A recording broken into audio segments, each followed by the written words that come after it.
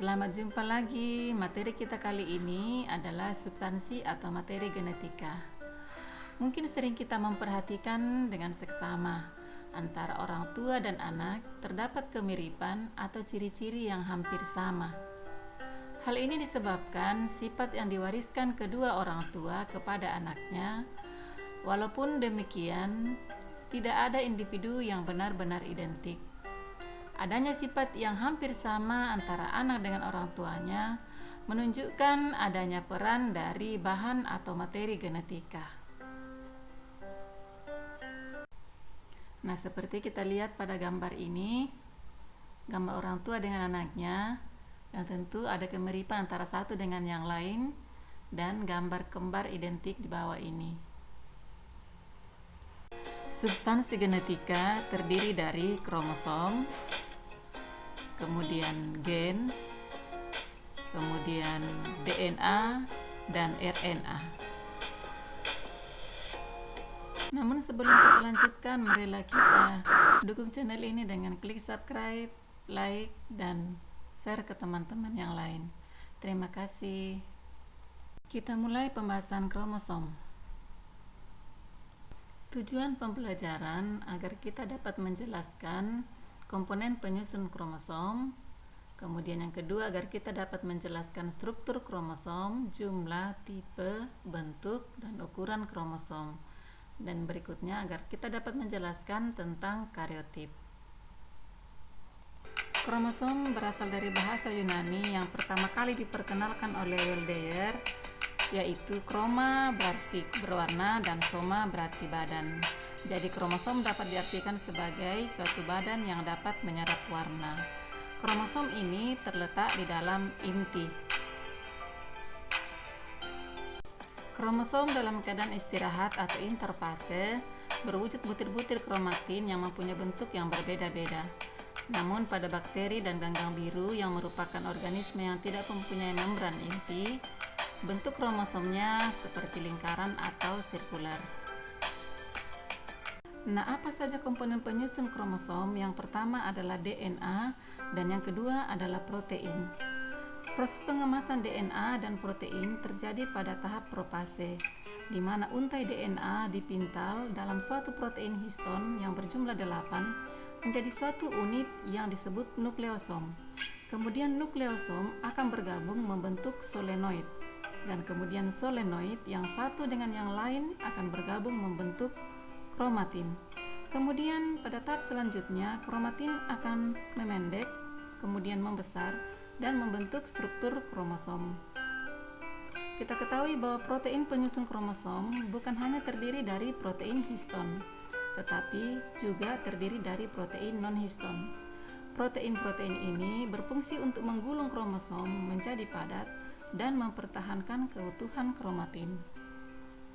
Keseluruhan rangkaian pengemasan kromosom dapat kita lihat pada gambar berikut.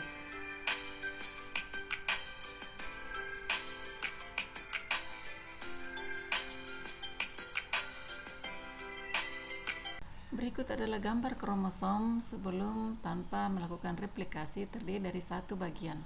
Kemudian setelah melakukan replikasi atau pembelahan, kromosom terdiri dari dua bagian dan masing-masing disebut satu kromatid. Mari kita memperhatikan bagian-bagian kromosom. Yang pertama adalah kromonema, berupa benang halus yang berpilin yang terendam di dalam matriks. Matriks adalah cairan dalam kromosom. Kemudian sentromer merupakan bagian kromosom yang menyempit dan berwarna terang. Pada bagian ini tidak terdapat gen. Kemudian telomer merupakan bagian dari ujung kromosom yang menghalangi bersambungnya kromosom yang satu dengan kromosom yang lainnya. Sedangkan satelit merupakan tambahan pada ujung kromosom. Kemudian pada gambar berikut terdapat kromomer merupakan bahan protein yang mengendap di dalam kromonema. Kemudian pada centromer terdapat kinetokor yang merupakan tonjolan yang berfungsi sebagai tempat melekatnya benang-benang pembelahan atau benang spindle. Kemudian telomer merupakan bagian dari ujung kromosom yang menghalangi bersambungnya kromosom yang satu dengan kromosom yang lainnya. Kita lanjut ke materi ke bentuk-bentuk kromosom. Berdasarkan letak sentromer, maka kromosom dibedakan atas 4. Yang pertama adalah metasentrik. Apabila sentromer terletak di bagian tengah dan membagi dua lengan sama panjang sehingga berbentuk huruf V. Kemudian submetasentrik, apabila sentromer terletak di tengah salah satu lengan sehingga membagi kromosom dengan tidak sama panjang sehingga membentuk huruf L. Kemudian bentuk akrosentrik, apabila sentromer terletak di bagian dekat ujung kromosom sehingga kromosom berbentuk seperti huruf J. Kemudian yang terakhir adalah bentuk telosentrik, apabila sentromer terletak di ujung kromosom sehingga kromosom hanya mempunyai satu lengan. Kromosom ini bisa membentuk huruf I. Jumlah sentromer, maka kromosom dibedakan atas 3, yaitu 1. Monosentris, yaitu kromosom yang memiliki 1 sentromer. Kemudian disentris, yaitu kromosom yang memiliki 2 sentromer. Dan polisentris, yaitu kromosom yang memiliki banyak sentromer. Kita lanjutkan ke ukuran kromosom. Antara satu spesies dengan spesies yang lain bervariasi ukurannya. Panjang berkisar antara 0,2 sampai 0,5 mikron, sedangkan diameter antara 0,2 sampai 20 mikron. Pada manusia, panjang berkisar antara 5 sampai 6 mikrometer. Nah, ukuran pada tumbuhan kromosomnya lebih besar daripada kromosom pada hewan. Untuk kita ketahui bahwa mikrometer itu sama dengan 10 pangkat minus 6 atau sama dengan 1/1 juta kali. Kita lanjutkan ke pembahasan tipe dan jumlah kromosom. Berdasarkan fungsinya, kromosom dibedakan atas 2 macam. Yang pertama adalah autosom atau disebut juga kromosom tubuh, adalah kromosom yang tidak menentukan jenis kelamin. Pada jenis kelamin yang berbeda memiliki struktur dan bentuk yang sama, biasanya diberi simbol A. Untuk mengetahui jumlahnya, jumlah kromosom dikurangi 2 kromosom kelamin. Kemudian kromosom gonosom atau disebut juga kromosom kelamin adalah kromosom yang menentukan jenis kelamin. Pada jenis kelamin yang berbeda memiliki bentuk dan struktur yang berbeda pula. Pada manusia diberi simbol X dan simbol Y.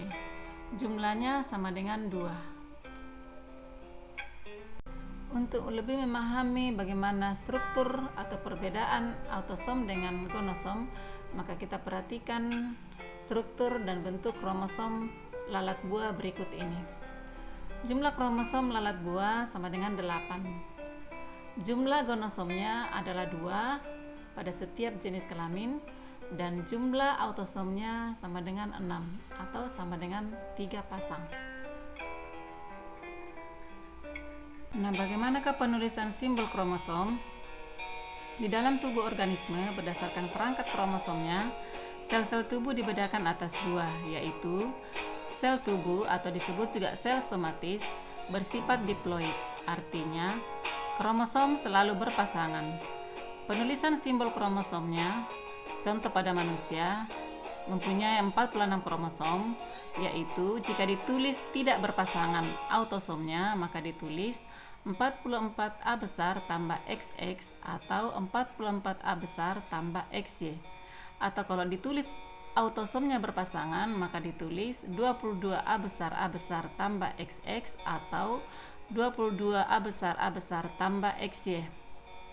Sekarang sel kelamin atau disebut juga sel gonad, dalam hal ini sperma atau ovum, yang bersifat haploid, artinya kromosomnya tidak berpasangan.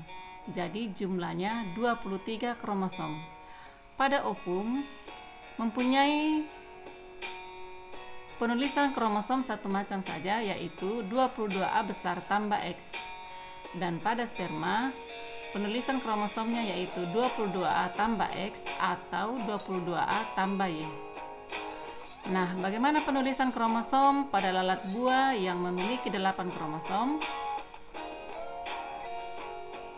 Maka penulisan kromosomnya jika di dalam sel tubuh bersifat diploid dengan jumlah kromosom 8, yaitu 6A besar tambah XS untuk betina dan 6A besar tambah XY untuk jantan.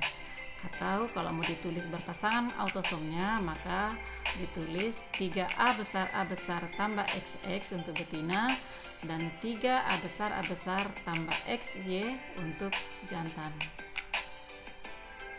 Kita sudah membahas bagaimana penulisan kromosom pada beberapa organisme. Kemudian mari kita melihat jumlah kromosom pada setiap organisme yang kita bisa perhatikan pada tabel berikut.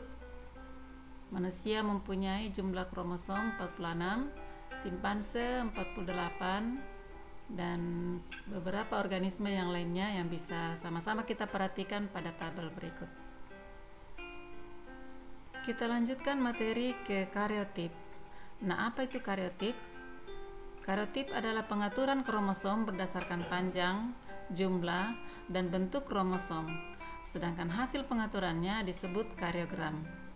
Nah, kita perhatikan kariogram manusia di bawah ini, di mana kita melihat kromosom autosomnya memiliki struktur dan bentuk yang sama, tetapi kromosom kelaminnya memiliki struktur dan bentuk yang berbeda pada jenis kelamin jantan.